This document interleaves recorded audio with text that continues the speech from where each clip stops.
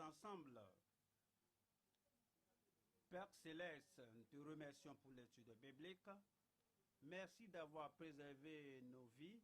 Merci pour ton bon projet et plan pour la vie de chacun de nous. Nous demandons que tu ouvres notre compréhension afin de voir les choses que tu as pour chaque croyant, pour chaque âme présente ici. Ce jour, au nom de Jésus-Christ, ouvre nos yeux, ouvre notre esprit, ouvre notre mémoire afin de recevoir tout ce que tu as pour nous dans ta parole au nom de Jésus-Christ. Nous te remercions parce que tu nous as exaucés. Au nom de Jésus, nous prions. Et comme vous le savez, nous étudions dans l'épître de Paul aux Corinthiens. Et nous avons terminé le chapitre 7. Nous sommes maintenant au chapitre 8. Ce qui est arrivé, c'est que les Corinthiens avaient écrit à l'apôtre Pierre, à l'apôtre Paul, du moins, leur dirigeant, et par là, ils ont posé certaines questions. Ils voudraient savoir au sujet de certaines choses définies dans la parole de Dieu, comme cela a fait leur adoration, leur relation avec Dieu et leur relation l'un avec l'autre. Et il a passé son temps dans le chapitre 7 pour répondre à leurs questions au sujet du mariage et de la famille. Maintenant, il aborde un autre aspect. Et il a dit, en 1 Corinthiens chapitre 8, verset 1. 1 Corinthiens 8, 1. Et pour ce qui concerne les viandes sacrifiées aux idoles, nous savons que nous avons tous la connaissance enfle, mais la charité édifie. Et le verset 2 dit, si quelqu'un croit savoir quelque chose, il n'a pas encore connu comme il faut connaître. Verset 4 nous dit, pour ce qui est donc de manger des viandes sacrifiées aux idoles, nous savons qu'il n'y a point d'idole dans le monde. Et nous savons qu'une idole est une pièce de bois, d'argile ou de pierre. Donc, nous savons qu'il n'y a point d'idole, même dans le monde. Alors, c'est un ouvrage des hommes, ce sont des créatures des hommes, même si on l'appelle Dieu avec le petit D, le D minuscule, nous savons que ce n'est que du rien. Et il n'y a point d'autre Dieu, et qu'il n'y a qu'un seul Dieu. Et le verset 7 nous dit, mais cette connaissance n'est pas chez tous. C'est que tout homme dans la ville de Corinthe, tout homme dans le monde païen, parce qu'il écrivait particulièrement aux païens, au monde païen, que le monde païen n'a pas cette connaissance. Mais quelques-uns d'après la manière dont ils envisagent encore l'idole. Alors, pensant aux idoles, jusqu'à cette heure, alors ils prennent l'idole comme quelque chose, que l'idole est quelque chose qu'on doit lui offrir quelque chose. Et alors, ils mangent ces choses avec la conscience que ces choses sont offertes aux idoles. Et mangent de cette viande comme étant sacrifiées aux idoles, et leur conscience qui est faible en est souillée. Verset 9 dit, prenez garde que toutefois que votre liberté ne devienne une pierre d'achoppement. Votre connaissance que l'idole n'est de rien, et que vous prenez ce qui est de l'idole et vous mettez cela de côté, vous dites que l'idole n'est que du rien, et vous mangez ce qui est d'idole, ce qui est d'idole, et vous dites que je n'ai rien fait de mauvais, ma conscience ne me condamne pas. Et prenez donc, prenez garde toutefois que votre liberté, cette connaissance de la vôtre, ne devienne une pierre d'achoppement pour les faibles. Alors il voudrait ici maintenant prendre sa décision et dire aux Corinthiens que ce qu'il a décidé de faire. Voilà le verset 13 qui dit, C'est pourquoi, si un aliment scandalise mon frère, si un aliment scandalise mon frère, si un aliment va affaiblir mon frère, qu'il ait une conscience faible, condamnée, et quoique mon frère soit innocent, quoique j'ai la connaissance que l'idole n'est que du rien, c'est une pièce de bois, de pierre, et si je mange avec le frère faible qui me regarde avec cette conscience que ceci est d'idole, et cela faiblit la conscience du frère, faiblit le cœur du frère, que si je mange et si un aliment scandalise mon frère et il est coupable, il me condamne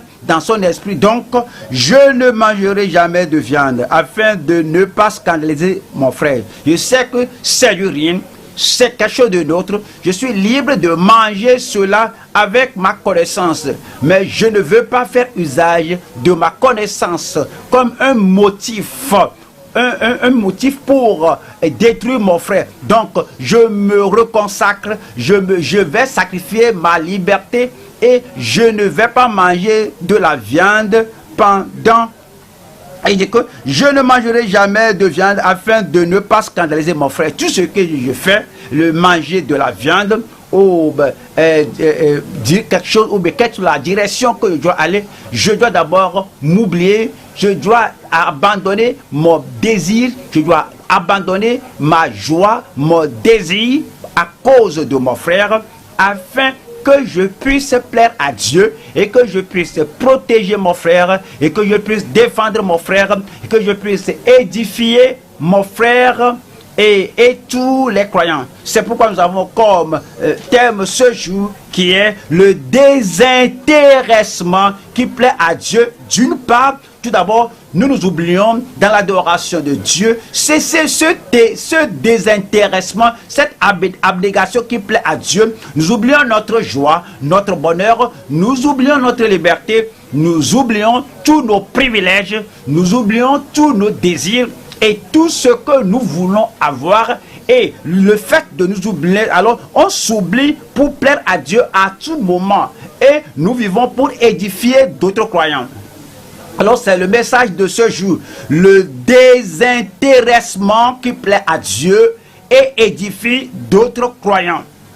Nous allons voir 3 points ici, et comme nous subdivisons le chapitre en 3, numéro 1, c'est la perception appropriée à travers l'écriture inspirée, et dans tous les sujets, les matières au sujet de l'idolâtrie, les choses offertes aux idoles, sur notre liberté, comment on doit vivre dans notre famille, dans la communauté ou partout. Oui, nous devons avoir une perception appropriée qui nous a été donnée par l'écriture inspirée.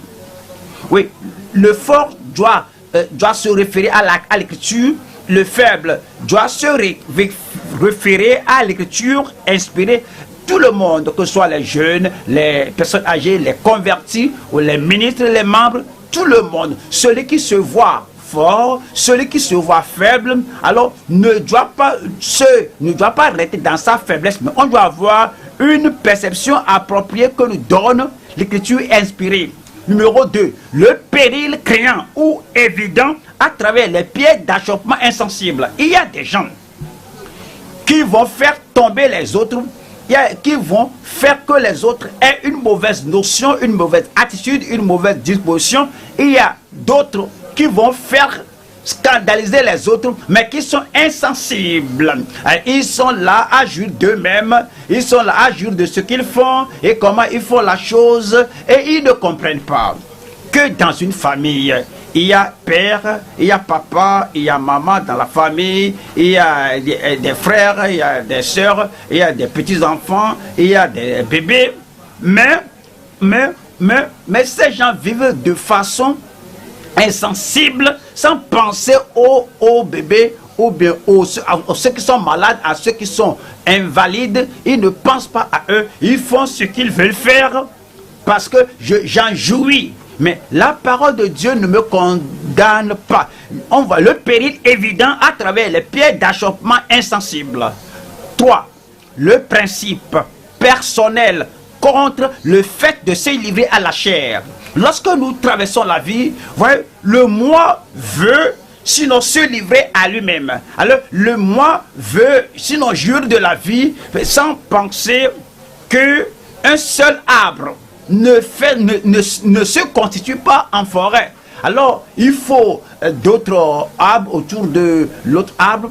Donc alors on ne doit pas sinon se livrer à la chair jusqu'à ce qu'on oublie le bien des autres, l'édification des autres, la croissance des autres et également le progrès spirituel des autres. Alors nous ne devons plus nous impliquer, nous livrer à la chair. Nous devons avoir un principe personnel. Le principe personnel contre le fait de se livrer à la chair. On va au premier point qui est la perception appropriée à travers l'écriture inspirée. On va à 1 Corinthiens chapitre 8. Et nous lisons du verset 1. Pour ce qui concerne les viandes sacrifiées aux idoles, nous savons que nous avons tous la connaissance. Nous savons que nous avons tous la connaissance. Nous avons la connaissance de comment ces idoles sont faites. Et vous êtes païens, vous êtes corinthiens. Vous savez, non, comment une idole est créée, comment on peut sculpter un bois, on peut tailler une pierre et présenter une partie de ce qui est sculpté, ce qu'on a coupé. Alors on va prendre la chose là, alors le bois qui est coupé, on va prendre les branches de ce bois là pour se servir de fagot de bois, et on va prendre un autre morceau de ce bois pour en faire une idole. Alors vous allez vous prosterner devant ce bois là, vous allez faire des sacrifices à cette idole. Et bien maintenant, pour ce qui concerne il dit maintenant que pour ce qui concerne les viandes sacrifiées aux idoles, nous savons que nous avons tous la connaissance. La connaissance enfle, mais la charité édifie. Il dit que avoir la connaissance, c'est une autre chose, mais comment vous faites usage de cette connaissance est autre chose. On va au Proverbe. Proverbe, chapitre 15. Nous lisons le verset 2. La langue des sages rend la science aimable.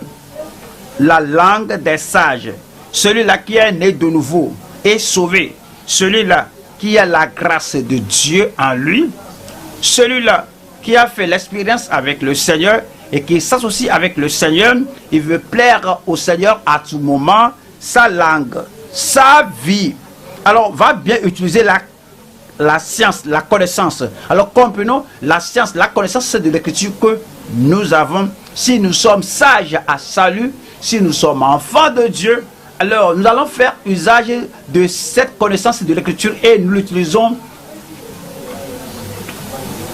d'une façon positive. La connaissance que vous avez, vous êtes allé à l'école, vous avez appris ceci et cela. Il y a des gens qui font usage de leur connaissance académique pour blesser les autres, pour détruire les autres. Mais celui-là qui est sage à salut, qui est sage par rapport aux choses de l'éternité, il va faire usage de la connaissance académique qu'il avait acquise pour bien faire des choses. Nous avons la connaissance de nous-mêmes. Le mari a la connaissance de sa femme. Alors, dès qu'ils vivent 2 ans, alors l'homme sait, oui, la chose que sa femme n'aime pas aller à cette direction, parce que cela affaiblit la femme. Cela fait sentir la femme de ne pas être si confiante en elle-même. Alors la femme, c'est comme elle n'a pas sinon l'estime de soi-même. Donc l'homme a la connaissance de la femme. De même que la femme a la connaissance de son mari, et toute la vision que l'homme a, et l'attitude de l'homme là, la disposition de l'homme là, et la femme sait quand l'homme là sera faible. Je connais l'homme là plus que tout le monde. Je peux l'encourager si je veux. Je peux sinon l'édifier si je veux. Je peux le terrasser si je le veux. La femme qui est sage à salut L'homme qui est sage à salut va faire usage de cette connaissance de façon positive. Si vous enseignez à l'école, alors vous savez que le petit enfant, et dès qu'on vient à l'école, le petit enfant qui est dans votre classe déjà en tant qu'enseignant, vous connaissez tous les enfants, vous savez si l'enfant fait bien ou pas, vous savez. Alors vous savez comment parler pour faire et pour aider l'enfant à se lever, que je peux faire cela. Et alors l'enfant là va se voir que quelqu'un. Alors la connaissance que vous avez de ces jeunes là, alors si vous êtes sage à salut, si votre intention ce n'est pas pour détruire les enfants là, c'est pour les développer, c'est pour faire qu'ils progressent, c'est pour qu'ils réussissent, c'est pour qu'ils aillent de l'avant. Alors vous avez assez de connaissances du livre, des livres, vous avez assez de connaissances des enfants, comment utiliser leurs connaissances et avancer. Vous devez faire tout pour les édifier. Il y a de cela. Il y en a ainsi dans toute communauté, dans toutes les couches de la vie. Vous pouvez développer les autres, vous pouvez détruire les autres par la connaissance que vous avez de tout ce qui les environne, même vous-même. Votre connaissance. Alors vous pouvez penser à ceci, à cela, à cause de la connaissance que vous avez. Vous pouvez en faire usage pour vous détruire vous-même ou bien pour vous développer. La langue du sage utilise bien sa connaissance, la science. On va à 1 Corinthiens chapitre 8 et verset 2 qui dit: si quelqu'un croit savoir quelque chose, il n'a pas encore connu comme il faut connaître. C'est dit que nous devons croître. Si quelqu'un croit avoir la connaissance, même la connaissance du salut que nous avons reçu, la connaissance de la sanctification, la connaissance du baptême, de l'immersion dans le Saint-Esprit, la connaissance des Écritures, la connaissance qui nous amène au ciel, la connaissance de notre relation avec Dieu. Si quelqu'un croit avoir quelque chose, connaître quelque chose, alors c'est dit que il n'a pas encore connu comme il faut connaître. Même connaître notre cœur, connaître notre vie, connaître notre intention, connaître notre ambition. Nous ne nous connaissons pas bien nous-mêmes. C'est pourquoi on retourne à Dieu disant: Seigneur, tu sais ce que je dois connaître au sujet de moi-même, au sujet de mon appel, au sujet de mon ministère, au sujet de ce que tu veux que je sois. Et je ne connais pas tout ce que je dois connaître. Conduis-moi, dirige-moi, ma relation avec les membres de l'Église, tout ce que je dois savoir. Alors révèle-moi plus de choses. On va au verset 3. Mais si quelqu'un aime Dieu, celui-là est connu de lui. Cela nous dit que la connaissance plus l'amour, c'est cela qui nous rend acceptable au Seigneur, agréable au Seigneur, accepté par le Seigneur. La connaissance, moins l'amour. Alors, nous éloigne de Dieu, parce qu'on a la connaissance, mais moins l'amour. Alors, il n'a pas l'amour dedans, parce qu'il n'y a pas d'amour dans cette connaissance. On utilise la connaissance là pour blesser les autres. On utilise la connaissance pour faire du mal aux autres. La connaissance, moins l'amour. On utilise cela pour piétiner les autres, pour opprimer les autres. La connaissance de ce que nous avons, quelle que soit la connaissance scripturaire, spirituelle, la connaissance religieuse, la connaissance traditionnelle, académique, moins l'amour, alors n'aidera personne. C'est pourquoi c'est dit, avec toute la connaissance qu'on a, alors on n'aime pas. Et c'est dit que si quelqu'un aime Dieu, alors, et aime le peuple de Dieu, celui-là est connu de lui. 1 Corinthiens 13 et verset 1 nous dit, 1 Corinthiens chapitre 13 et verset 1 dit: quand je parlerai les langues des hommes et des anges, si j'apprends et je connais toutes les langues, si je connais les choses surnaturelles, si je connais les choses miraculeuses, je peux parler le latin, le grec, je peux parler l'hébreu, je peux parler français, je peux parler espagnol, et je connais toutes ces choses surnaturellement, et quoique je sois allé au-delà de cela. Je suis allé dans le domaine spirituel. Je connais la langue des anges et j'en parle couramment. Si je n'ai pas la charité, cette connaissance de langue et cette connaissance de toutes les cultures, de toutes les histoires, et on m'appelle polyglotte, cela n'est rien. La connaissance sans l'amour ne nous recommande pas à Dieu. Notre amour doit être accompagné d'amour. L'amour doit être le point culminant de cette connaissance. Quand je parlerai les langues des hommes et des anges, si je n'ai pas la charité, l'amour, je suis un airain qui résonne ou une cymbale qui retentit. Verset 2. Et quand j'aurai le don de prophétie, toutes les prophéties d'Ésaïe, de Jérémie, d'Ézéchiel, des prophètes majeurs et mineurs de tout le Nouveau Testament, je peux bien tout aligner que voici la dispensation où nous sommes maintenant. Et voici, lorsque l'enlèvement aura lieu, il y aura le temps de la grande tribulation. Après cela, nous aurons l'avènement du Seigneur. Et après cela, nous aurons la bataille de l'Armageddon. Après cela, il y aura le règne millénaire. Je peux donner tous les détails des versets parce que je suis un étudiant de prophétie. C'est-à-dire que même s'il y a le don de prophétie, c'est la connaissance et je comprends tous les mystères, les choses mystérieuses qui se produisent et les gens disent qu'ils se demandent comment ceci arrive, comment cela arrive et je viens et puis je vais tout révéler avec toute cette connaissance, cette science. Alors vous avez étudié les langues, vous pouvez parler cette langue, vous avez étudié la philosophie, la psychologie, les sciences et l'histoire, la géographie, la géologie, vous avez toute la connaissance et c'est dit. Et quand j'aurai le don de prophétiser la science de tous les mystères, toute la montagne, quand j'aurai même toute la foi jusqu'à transporter des montagnes, si je n'ai pas la charité, je ne suis rien devant Dieu.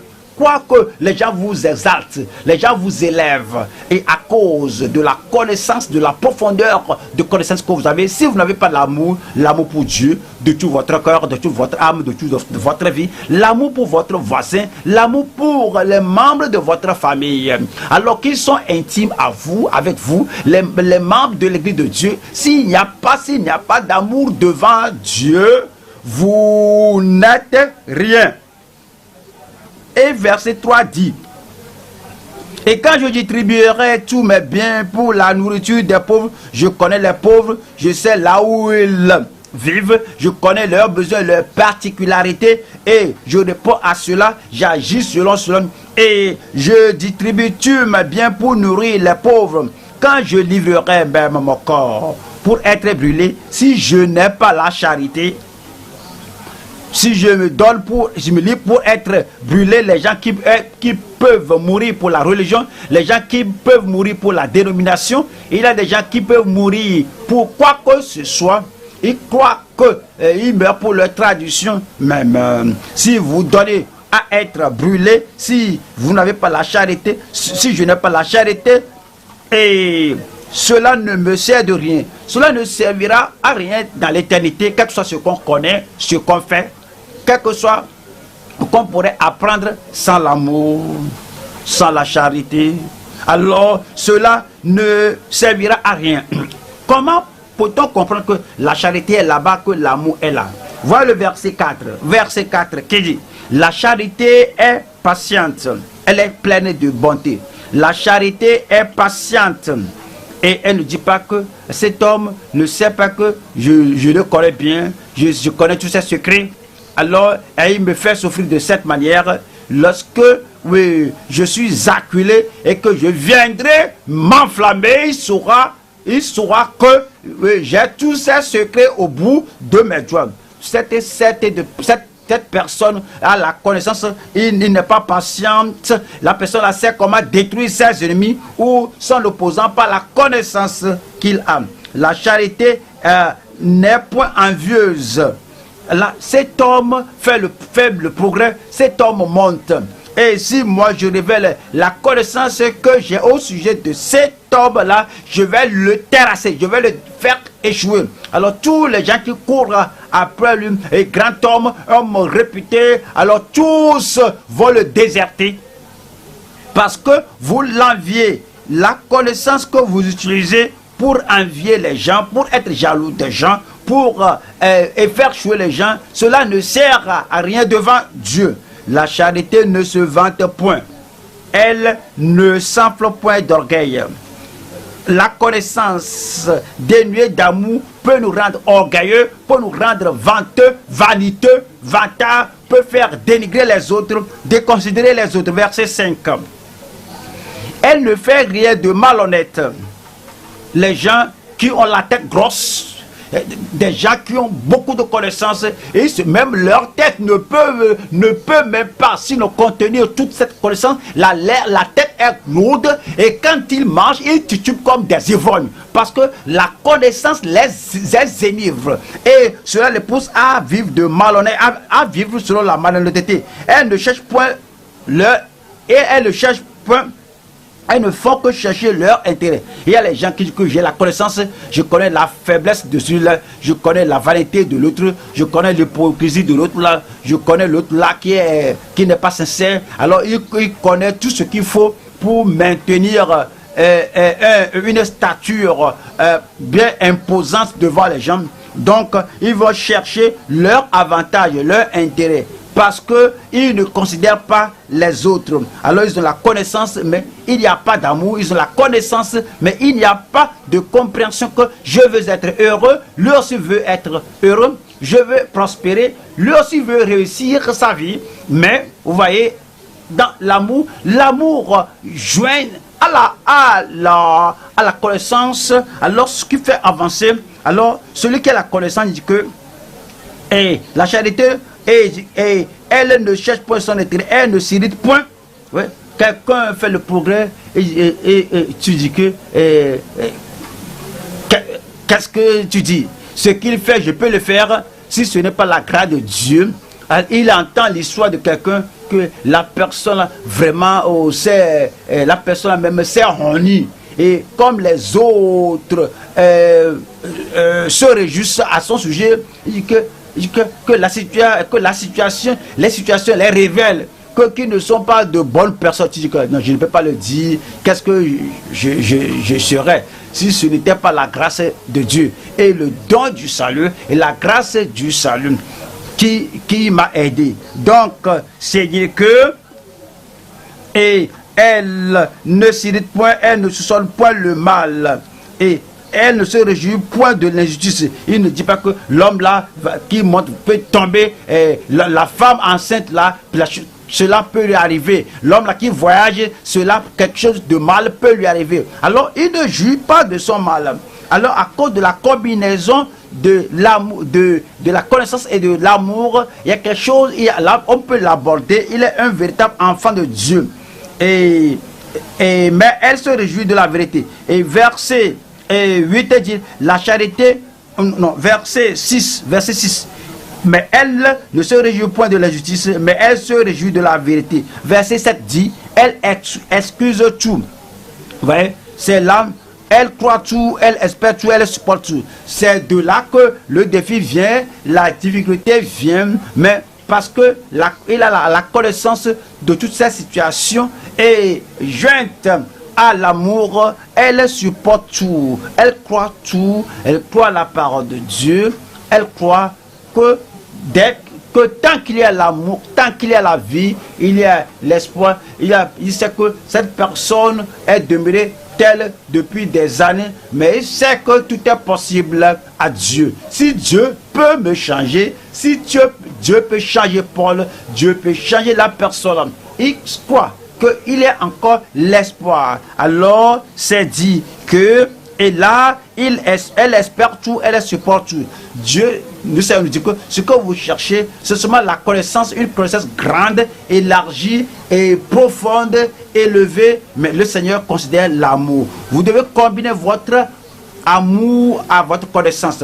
Comme vous enracinez dans l'amour et dans la connaissance, comme vous approfondissez approfondissez dans l'amour, vous approfondissez dans la connaissance, quand vous allez plus élever, vous élevez dans la connaissance et dans l'amour, alors, comme vous allez de loin dans la connaissance, vous faites de même aussi dans l'amour. C'est ce que le Seigneur veut qu'on ait, la connaissance plus l'amour. On va à 1 Corinthiens chapitre 8 et verset 4. 1 Corinthiens chapitre 4 verset 8. Pour ce qui est donc de manger des viandes sacrifiées aux idoles, nous savons qu'il n'y a point d'idole dans le monde et qu'il n'y a qu'un seul Dieu.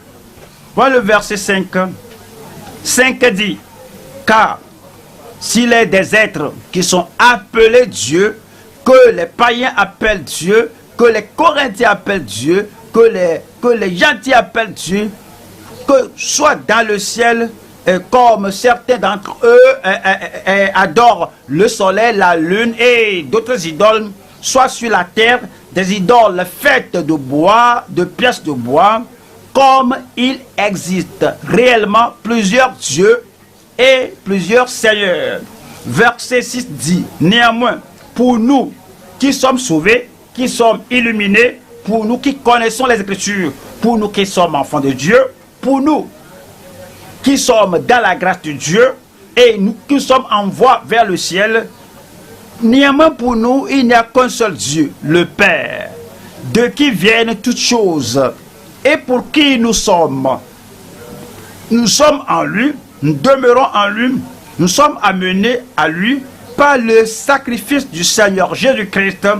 Alors, il y a une expérience pratique du salut qui nous fait vivre en lui, et puis c'est dit, et un seul Seigneur Jésus-Christ, par qui sont toutes choses et par qui nous sommes. Cela nous dit très clair là-bas qu'il y a Dieu le Père, il y a Dieu le Fils, le Seigneur Jésus-Christ, et nous le connaissons, nous avons le salut au travers de lui, et toute autre personne peut avoir le salut au travers de lui. 1 Corinthiens 10, 19 et 20. 1 Corinthiens, chapitre 10, verset 19. Que dis-je donc de tout ce qu'on dit là, de l'idolâtrie, ou bien l'adoration aux idoles, les choses sacrifiées aux idoles? Alors, l'idole qui n'est qu'une pièce de bois, de pierre, et que dis-je donc que la viande sacrifiée aux idoles est quelque chose, ou qu'une idole est quelque chose? Il dit nullement, nullement, nullement, nullement, que l'idole n'est rien, les choses sacrifiées aux idoles ne sont rien. Mais disons, voilà le verset 20, il dit quelque chose là-bas. Je dis, vous connaissez ceci, vous comprenez ceci, et je vais vous faire ce rappel. Je dis que ce qu'on sacrifie, on le sacrifie à des démons. Ce qu'on sacrifie, on le sacrifie à des démons. Et dit, il y a des démons, il y a des anges déchus, il y a des esprits déchus. Derrière ces idoles, le bois n'est rien, la pièce d'or même qu'on met là-bas pour couvrir l'idole n'est rien. Le cuivre pour couvrir l'idole n'est rien. L'airain, le métal par lequel l'idole est faite n'est rien.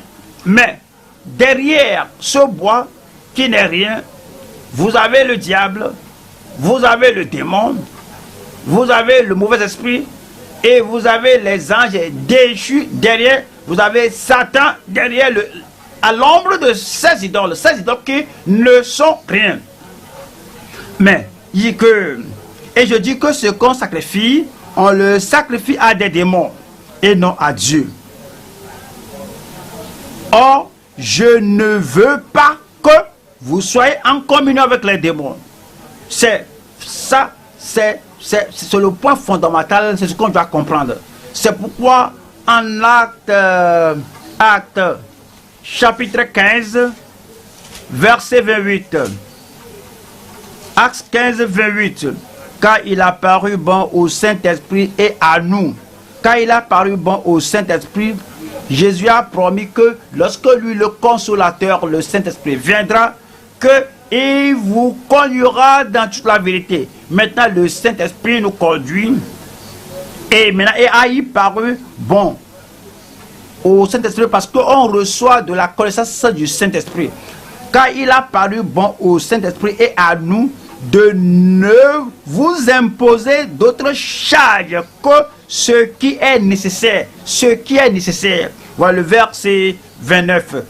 Nécessaire. Savoir de vous abstenir des viandes sacrifiées aux idoles.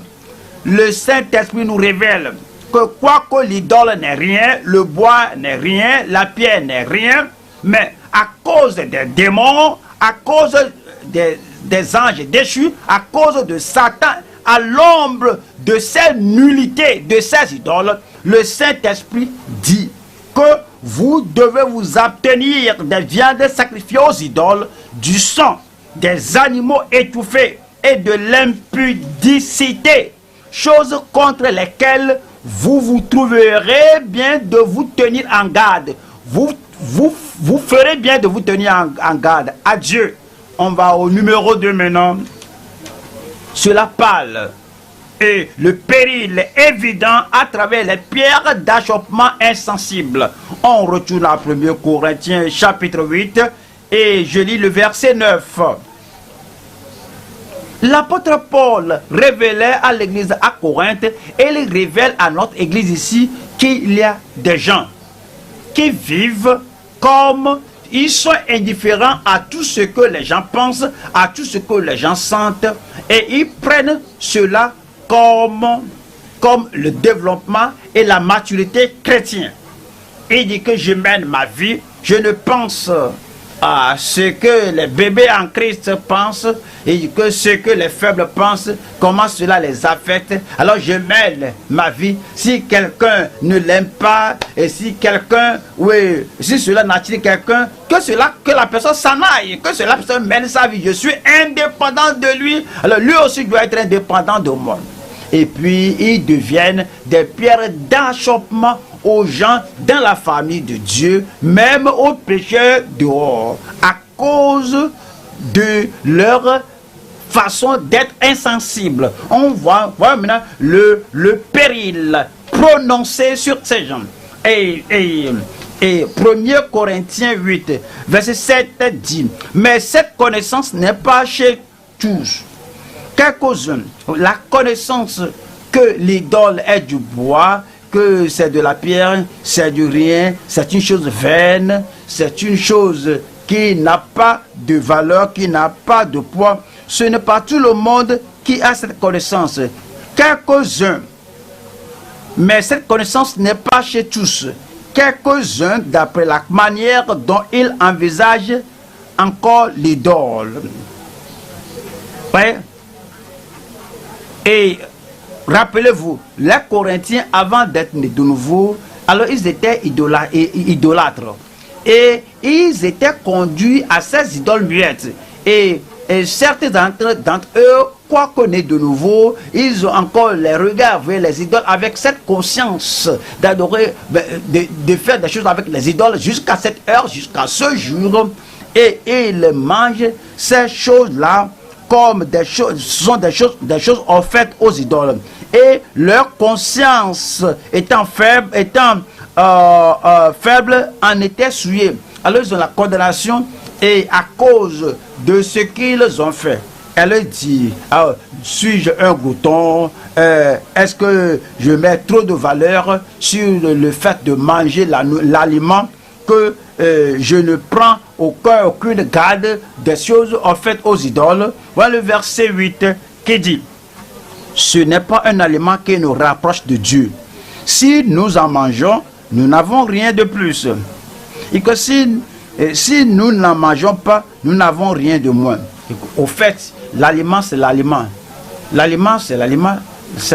Ouais. Si vous mangez, cela ne fait pas de vous une personne meilleure. Si vous ne mangez pas, cela ne fait pas de vous une personne pire. Verset 9 dit, prenez garde. Toutefois, ouais, que votre liberté de dire que cela c'est permissif. Cela dépend de comment vous pensez. Cela dépend de comment vous regardez l'aliment, la viande là. Ça dépend de comment vous regardez l'action là. Que cela dépend de comment vous interprétez et évaluez l'idole. Pour moi, je n'ai pas de valeur sur l'idole. Hein. Ça, c'est du bois. Mais il y a un démon derrière cette idole. Moi, je ne vais pas voir le démon. Ça, ce n'est pas mon souci. Et que Satan est celui qui initie cette adoration. Et c'est lui qui orchestre tout ce qui est fait avec cette idole. Que moi, je ne connais rien de cela. Ce n'est pas mon souci. Mais, et à cause de cela, alors, ils sont libres. Et ils professent être libres. Alors la deuxième partie du verset 9, que votre liberté ne devienne une pierre d'achoppement pour les faibles. Ils deviennent une pierre d'achoppement pour les faibles. Lorsqu'il dit que pour les faibles, alors il y a des gens dans l'église sont de nouveau convertis et ils n'ont pas la connaissance que vous avez après être dans le Seigneur pendant 30 ans. Ils sont venus dans l'église, il y a de cela le mois passé. Certains viennent des églises syncrétiques, des églises de boubou blanc, des églises où on brûle le boubou, l'encens et la bougie. Certaines viennent des églises où on fait le sacrifice d'animaux. Et vous, comment vous vivez avec la parole de Dieu et vous lisez, vous interprétez les choses. Vous devez être vraiment prudent de ces jeunes qui sont faibles dans leur conscience et qui n'ont pas la connaissance que vous avez acquise pendant ces 30 ans. C'est pourquoi cela nous dit que alors vous ne devez pas devenir une pierre d'achoppement pour ceux qui sont plus faibles que vous dans leur pensée, dans leur croissance, dans leur développement, dans leur maturité. On va au chapitre 10, verset 28. 1er Corinthiens 10, verset 28. Mais si quelqu'un vous dit, ceci a été offert en sacrifice, n'en mangez pas, à cause de celui qui a donné l'avertissement et à cause de la conscience. Je parle ici non de votre conscience, parce que à l'Éternel la terre est ce qu'elle renferme, le monde et ce qui l'habite. Verset 29 dit, je parle ici non de votre conscience, mais de celle de l'autre. C'est-à-dire, vous n'allez pas vouloir blesser leur conscience, n'allez pas vouloir affaiblir leur conscience, n'allez pas vouloir les enhardir à faire le mal.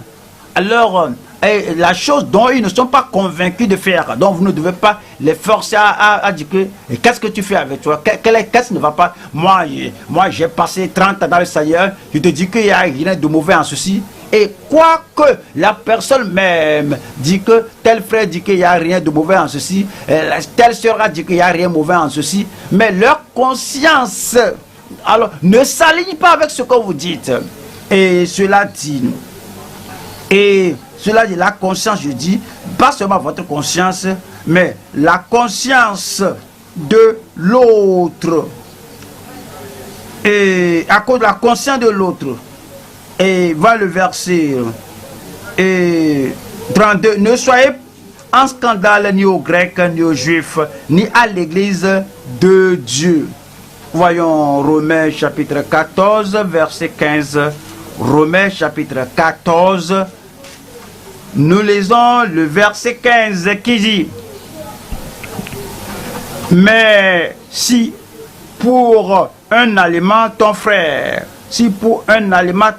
est attristé, ton frère est affaibli, ton frère est piétiné, mais si pour un aliment ton frère est poussé à faire ce qu'il ne doit pas faire, mais si pour un aliment ton frère est attristé, tu ne marches plus selon l'amour. Ne cause pas par ton aliment la perte de celui pour lequel Christ est mort. C'est dit que Christ a donné sa vie. Christ a versé son sang. Christ a quitté la gloire du ciel. Il est venu dans ce monde. Il a souffert pour sauver cette âme. Et si le Seigneur a donné sa vie, et Christ est mort pour lui, ne peut-il pas abandonner une petite liberté, une petite viande qui détruirait cette personne pour laquelle Christ est mort? Alors, ne le détruis pas ne cause pas par ton aliment la perte de celui pour lequel Christ est mort. On voit le verset 20. 20 dit, pour un aliment, ne détruis pas l'œuvre de Dieu. L'œuvre de Dieu. Le nouveau converti dans le Seigneur et les gens qui sont contents que nous sommes venus à Christ, nous allons adorer Christ, nous allons sacrifier tout pour Christ. On ne va plus faire ceci et cela. Tout ce qui fait notre souci maintenant, c'est comment aller au ciel. Et puis, avec votre liberté, avec votre prétendue maturité, vous voulez leur dire, mais qu'est-ce qui va avec vous? Consécration. Et alors, vous faites un vœu au Seigneur et vous voulez être en feu pour le Seigneur. Qu'est-ce qui ne va pas avec vous? Alors, vous les découragez. Alors, vous les détruisez à cause de votre liberté. Parce que vous ne pouvez pas et vous ne voulez pas vous renoncer à vous-même. Et dit, pour un aliment, ne détruis pas l'œuvre de Dieu. Alors, à la vérité, toutes choses sont pures. Mais il est mal à l'homme, quand il mange, de devenir une pierre d'achoppement. Il nous dit, revenons à 1 Corinthiens 8. 1 Corinthiens 8, nous lisons le verset 10. 1 Corinthiens 8. Nous lisons le verset 10. Car si quelqu'un te voit, toi qui as de la connaissance, assis à table dans un temple d'idole, tu dis, pour moi, moi je ne prends pas le temple de Satan comme quelque chose, c'est un bâtiment, un édifice, et on a utilisé les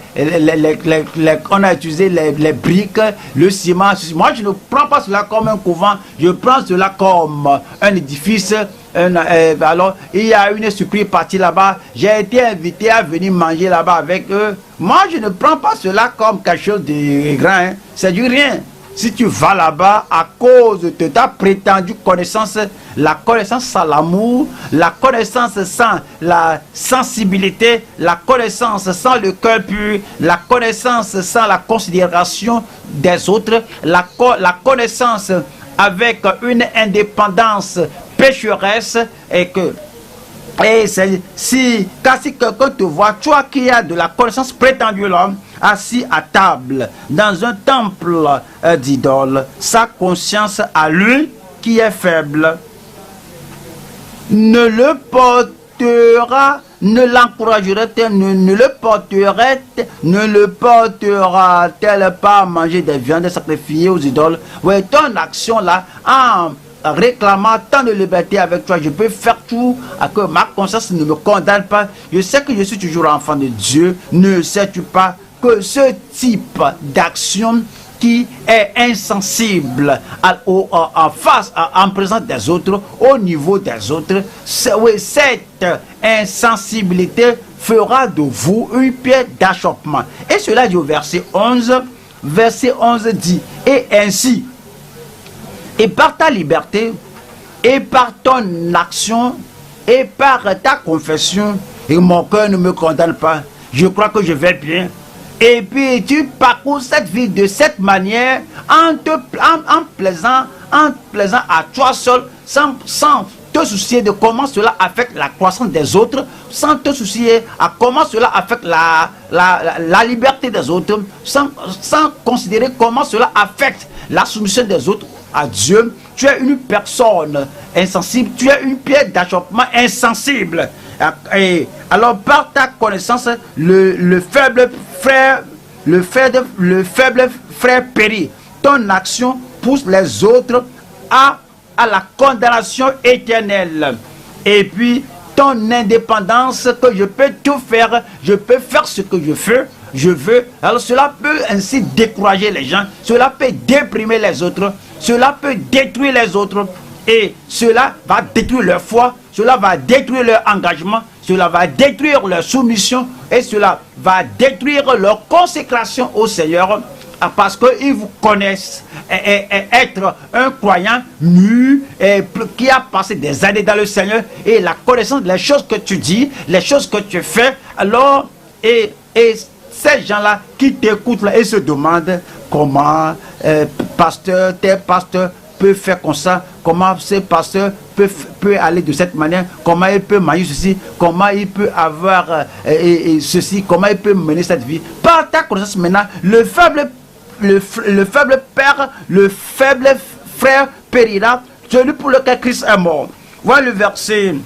Il y a ainsi le faible périt par ta connaissance, le frère pour lequel Christ est mort. Verset 12. En péchant de la sorte, tu dis comme moi je n'ai pas péché, ma conscience ne me condamne pas, je vais bien. Et puis tu dis que ouais, je suis enfant de Dieu. Si c'est mauvais, que mon esprit, l'esprit de Dieu va me parler. Mais que si les choses sont affaiblies, si les autres disaient cela, et s'ils sont conduits par mon acte, ça c'est l'immaturité dans les choses qui n'importent pas. Je ne sais pas pourquoi ce tel croyant va mettre une telle valeur sur ce que j'ai fait sans me sentir coupable. Je n'ai pas commis de péché. Reviens à ta Bible. 12. En péchant de la sorte contre les frères et tu agis et en blessant leur conscience faible, vous péchez contre Christ. Vous péchez contre Christ. Pourquoi? Parce que les membres de son corps, ils sont os de ses os et chair de sa chair. Alors il te dira au dernier jour que tant que tu l'as fait pour l'un de ces plus petits de mes faits, tu me l'as fait. Parce que nous sommes os de ses os et chair de sa chair. Nous sommes membres de Christ. Donc, quel que soit ce que nous faisons pour détruire un faible croyant, quel que soit ce qu'on fait pour faire périr un croyant ou rétrograder et de dire que ils ne sont pas constants dans le Seigneur, ils ne sont pas forts.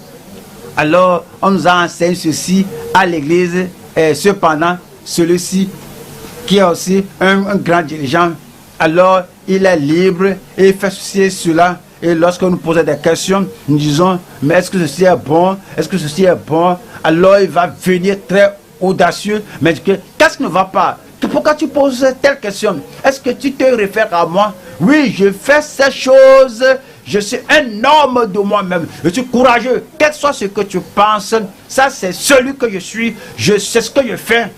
Oui, lorsque les autres voient, oui, cette audace, oui, qui est destructrice, il y a beaucoup de contradictions. Ceci, là on dit que sans la sanctification, personne ne verra le Seigneur. Et celui-ci va tout édulcorer et diluer tout. Que je suis sauvé, je vais au ciel. Tu seras surpris, tu me regardes, tu me déconsidères parce que je ne suis pas soucié de cela, tu verras. Tu seras surpris. Je serai la première personne. Arrivé au ciel, tu me verras devant la queue. Et ces gens-là affaiblissent et les faibles là sont confus. Et puis il s'éloigne à cause des actes que tu affiches. Tu deviens une pierre d'achoppement insensible qui empêche les gens. Et si tu pêches ainsi, et si tu pêches de la sorte contre les frères et en blessant leur conscience faible, tu pêches contre Christ. Est-ce que le Seigneur nous dit que nous devons être prudents, que nous n'ayons pas d'association avec ce qui est fait, ce qui est de la témérité, et comme que ce que je fais, cela n'importe pas, mais cela importe aux autres. Et le Seigneur dit que nous devons fuir de ces choses qui s'associent avec les idoles, qui s'associent aux idoles. Colossiens 3:5.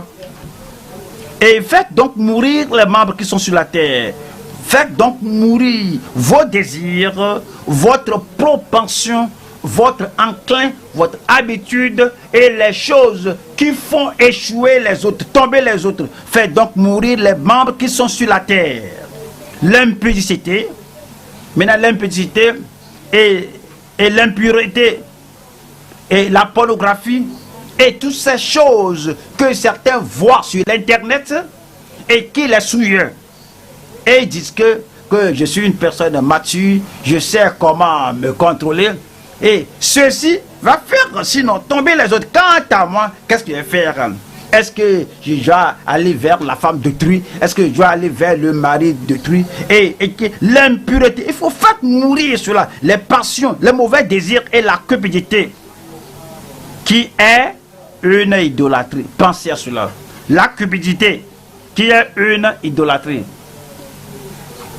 Comment égalez-vous la cupidité à l'idolâtrie? L'apôtre Paul qui a écrit aux Corinthiens, la même personne qui a écrit aux Colossiens disant que l'idolâtrie, que cette cupidité est l'idolâtrie. Lorsque vous convoitez quelque chose, vous l'aimez plus que tout ce que vous possédez. Je dois l'avoir. La chose là devient une idole. L'amour de Dieu est relégué au second plan. Et l'amour pour la vie éternelle, cela est relégué au second plan, à l'arrière-plan. L'amour pour son voisin est relégué à l'arrière-plan. Je dois l'avoir. Akan a dit que lorsque je l'ai vu, et je l'ai convoité, et puis je l'ai pris. Alors cela a apporté la mort aux soldats, 36 d'entre eux en Israël.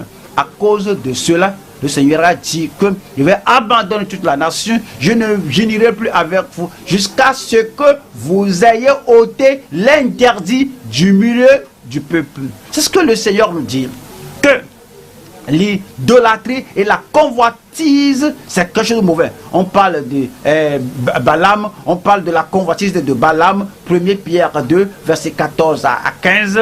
Alors, c'est dit qu'il voudrait le salaire de l'injustice.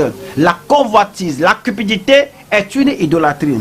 Et le Seigneur nous dit, voyons, 2 Pierre 2, 14, 2 Pierre 2, 14, ils ont les yeux pleins d'adultère et insatiables de péché. Ils amorcent les âmes mal affermies, ils ont le cœur exercé à la cupidité.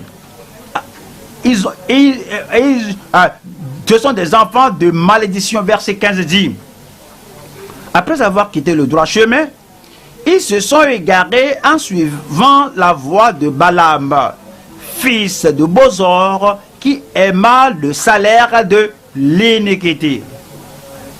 Le Seigneur veut qu'on soit parfaitement pur, dénué de toute idolâtrie, de toute forme. Alors, revenons au troisième point. Nous avons ici le principe personnel contre le fait de se livrer à la chair en tant qu'enfant de Dieu. Et vous voulez aller au ciel. Vous voulez prendre aussi nombre de personnes pour le ciel. Alors vous devez tout faire que votre vie soit une vie qui glorifie le Seigneur, une vie qui va édifier le croyant. Et quel que soit ce que vous allez faire, quel que soit ce que vous allez dire, et de n'importe quelle manière que vous allez vous habiller ou vous comporter, et qui fasse et chuter les gens, vous avez la consécration, l'engagement, vous avez l'amour de Dieu approfondi en vous et l'amour pour les frères, alors qui vous environne, qui sature tout ce que vous faites, tout ce que vous pensez, partout où vous allez, à cause de l'amour pour les frères. Vous savez que vous n'êtes pas tout seul. Alors, il y a des myriades de ces gens qui vous regardent, mais vous ne savez pas qui vous regardent. Et alors, ils regardent les pas que vous faites, ils regardent votre action. À cause de cela, vous allez vouloir avoir un principe personnel, vous allez vouloir un principe personnel, vous allez vouloir un principe inchangeable, vous allez voir un principe inébranlable. Vous allez dire que voici le chemin, voici la manière dont je vais agir en privé et en public. Et pour mon bien, pour aller au ciel et pour plaire au Seigneur et pour le bien des frères, pour édifier tous ceux qui m'environnent. On va à 1 Corinthiens chapitre 8, verset 13. 1 Corinthiens chapitre 8, verset 13. C'est pourquoi, si un aliment scandalise mon frère, comprenez, et ce verset parle de l'aliment, à cause du contexte, à cause de ce dont nous parlons. Depuis verset 4, les choses offertes aux idoles. Mais dit, alors, mais c'est un principe général.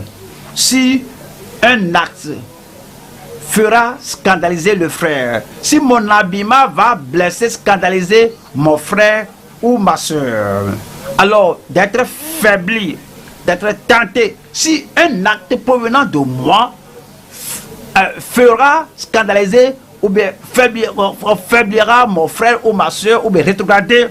Donc c'est pourquoi si un aliment scandalise mon frère, je ne mangerai jamais de viande afin de ne pas scandaliser mon frère. C'est une décision que l'apôtre Paul avait prise.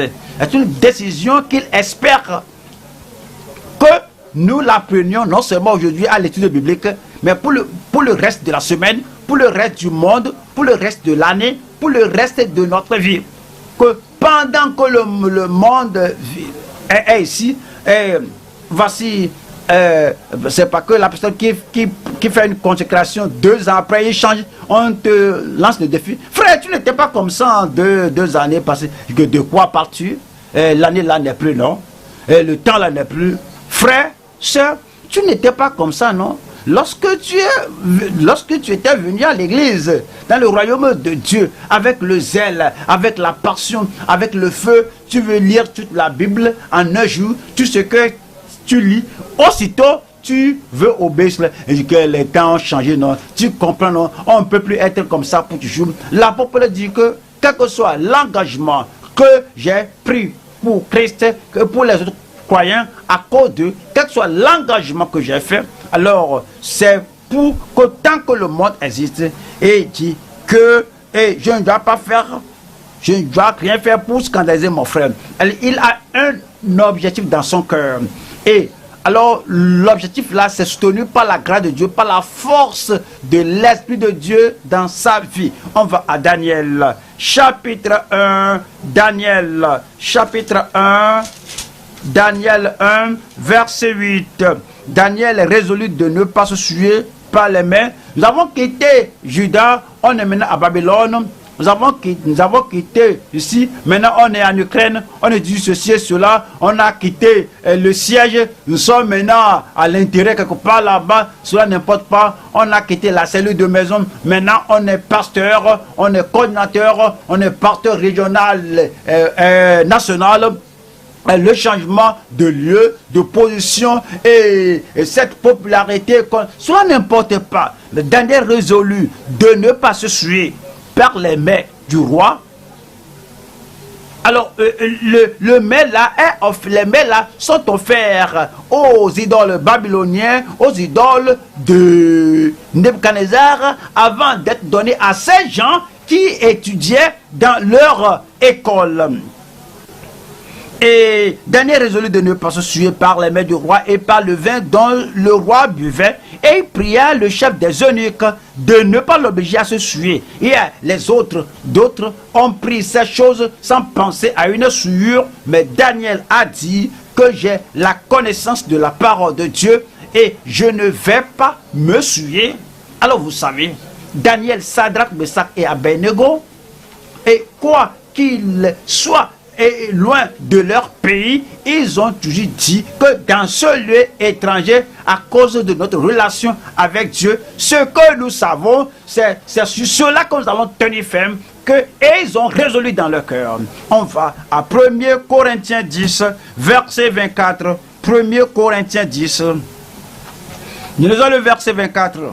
Que personne ne cherche son propre intérêt, mais que chacun cherche celui d'autrui. Que personne ne cherche son propre intérêt, son propre indulgence, sa propre liberté. Si vous ne pouvez rien faire de façon sacrificielle pour aider les autres, pour édifier les autres, pour supporter les autres, si à tout moment tu dis que moi je ne vois rien de mauvais en cela, je vais faire ce que je veux, et moi je vais manger ce que je veux manger, moi je vais m'habiller tel que je le veux,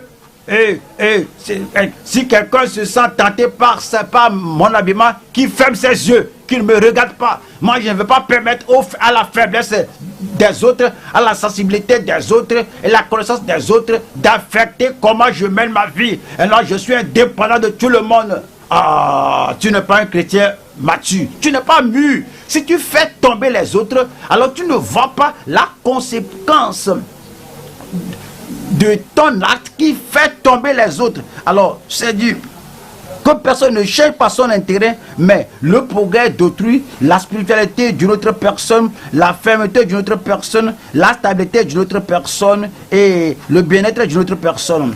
Voilà le verset 31 qui dit: soit donc que vous mangiez, soit que vous buviez, soit que vous fassiez, ceci ce n'est pas seulement à cause de manger, oui, manger ou boire, soit que vous fassiez quelque autre chose, faites tout pour la gloire de Dieu. Faites tout pour la gloire de Dieu.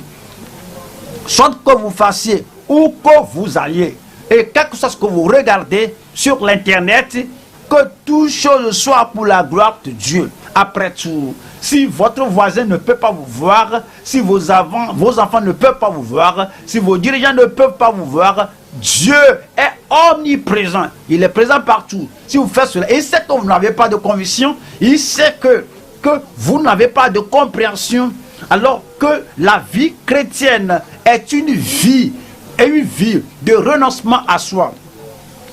Et soit donc que vous mangez, soit que vous buviez, soit que vous fassiez quelque autre chose, faites tout pour la gloire de Dieu. Verset 32.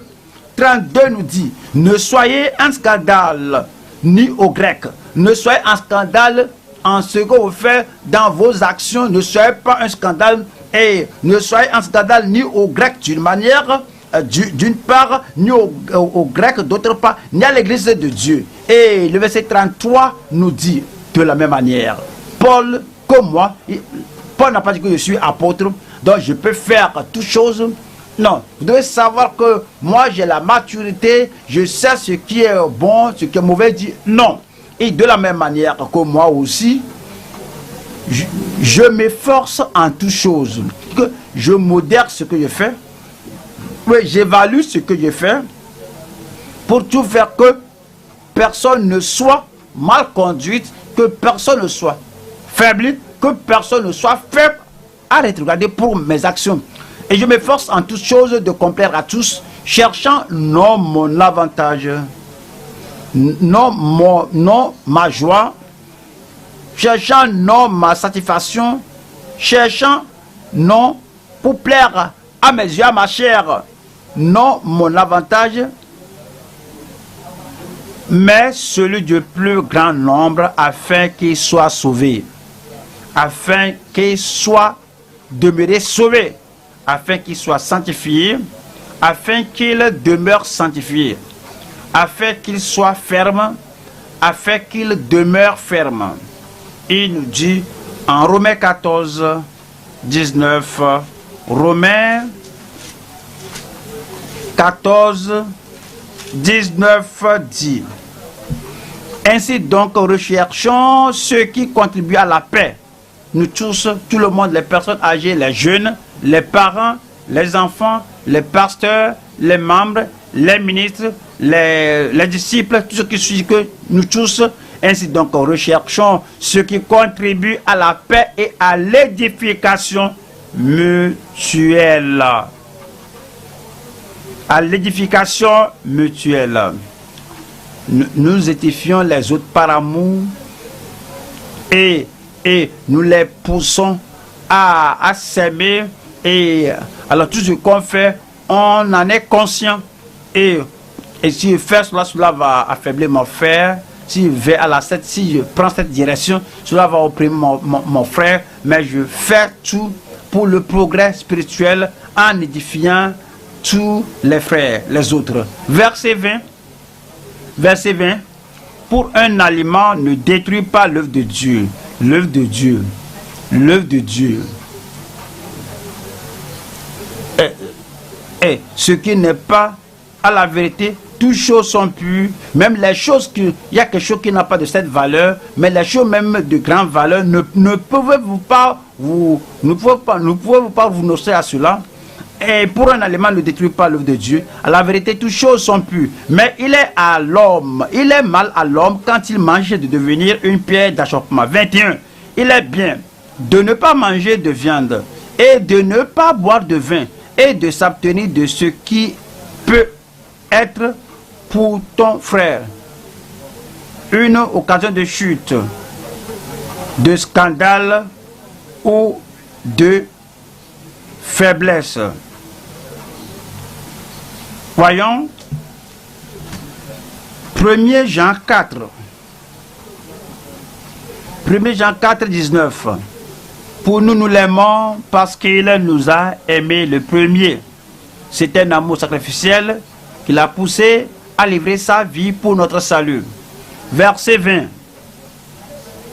Si quelqu'un dit « J'aime Dieu » et qu'il haïsse son frère, si tu détruis ton frère, tu haïs ton frère, si tu te laisses à toi-même et tu fais fuir ton frère devant l'évangile et il rétrograde, si tu chasses ton frère de la vie éternelle par ton action, par tes paroles, tu chasses tes frères de l'église et ils retournent au monde et ils ne reviennent plus et ils périssent, tu les hais.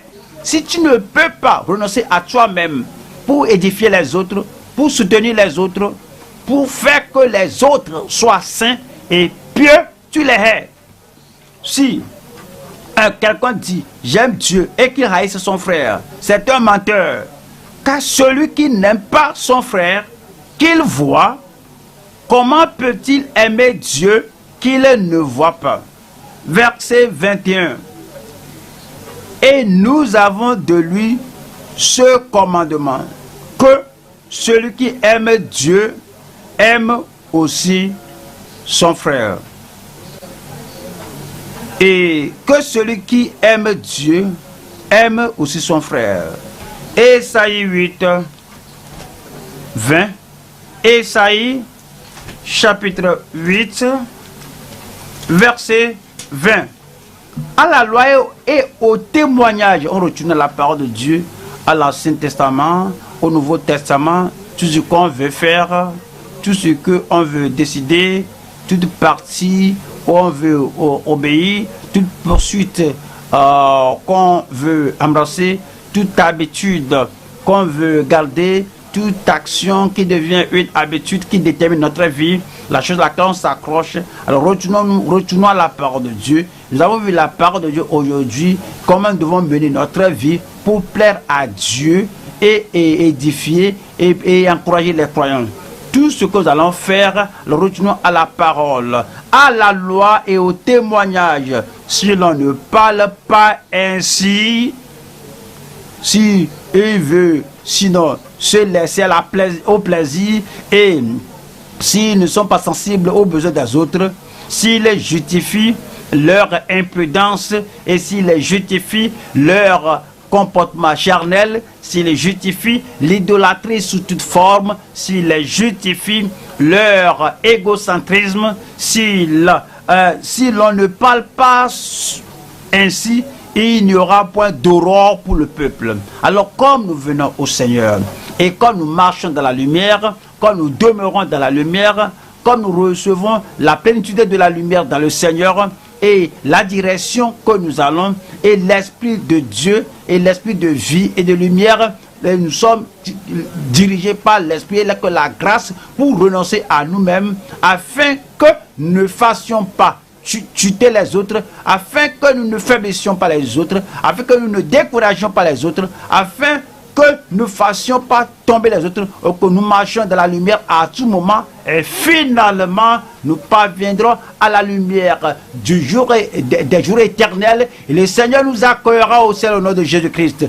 Alors prions cette nuit que cette parole de Dieu soit rendue de façon applicable à chaque cœur et que nous prenions la décision de ne rien faire qui égale les autres. Cette décision, cette consécration sera jusqu'à la fin de notre vie ici dans le monde, jusqu'à ce que Christ vienne pour nous.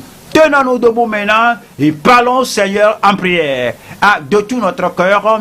Alors nous allons tout amener au Seigneur du commencement jusqu'à la fin. Nous allons tout appliquer à notre vie. Rappelez-vous, la langue du sage utilise bien la connaissance.